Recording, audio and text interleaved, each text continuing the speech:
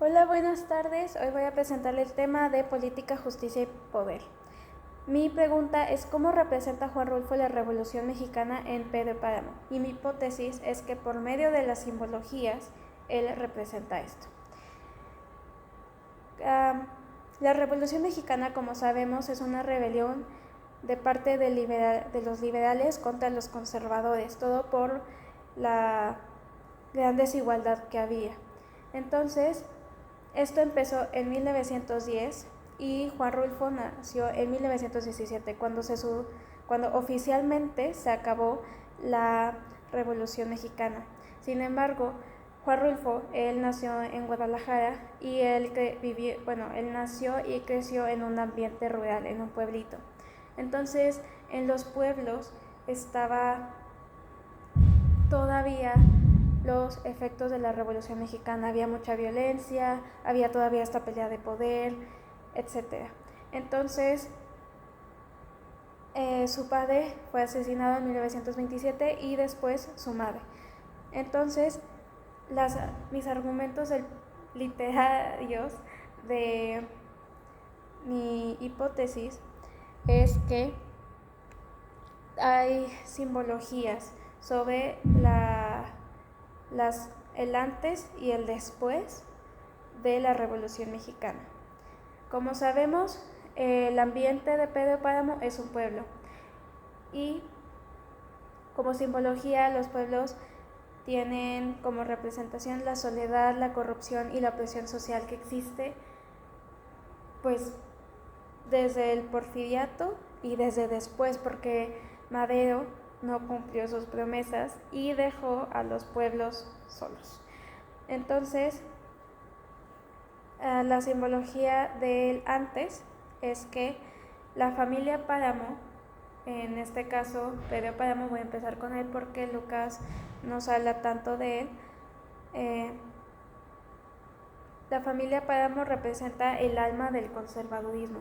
Como sabemos, Pedro Páramo no pagaba las deudas, es el dueño de tierras de la Media Luna. Para evadir deudas hace alianza, en este caso matrimonio, con Doloritas. Y también está la simbología del apellido, que como dije, de la familia Páramo.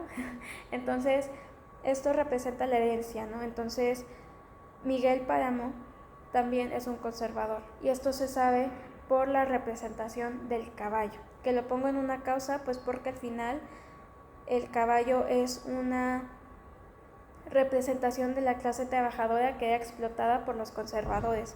Entonces, como sabemos, como nos cuenta Edu Viges, le cuenta Juan Preciado, el caballo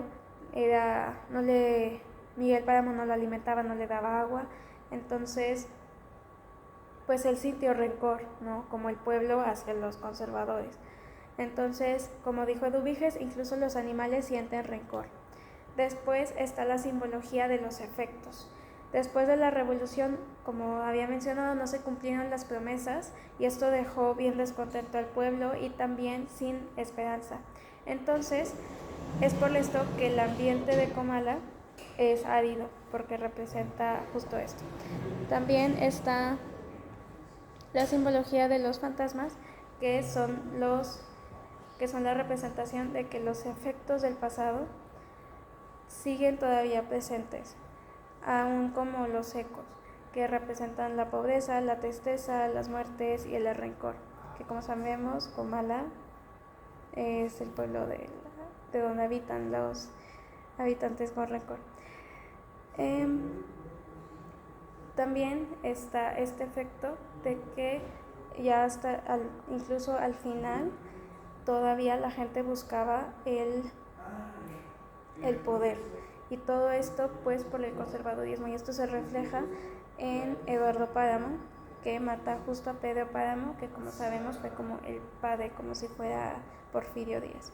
Entonces, en conclusión, Juan Rulfo representó lo que vivió como espectador, como Juan Preciado, que simplemente ve los impactos de esta revolución cuando era niño, todo representado en el libro como los fantasmas. Y todo esto se sabe por las simbologías más usadas que comparte con sus otros trabajos, que igualmente se refleja cómo esta etapa de su vida, el estar huérfano en un pueblo rural, le afectó bastante. Y pues Pedro Páramo es un antes y un después de la Revolución Mexicana. Muchas gracias.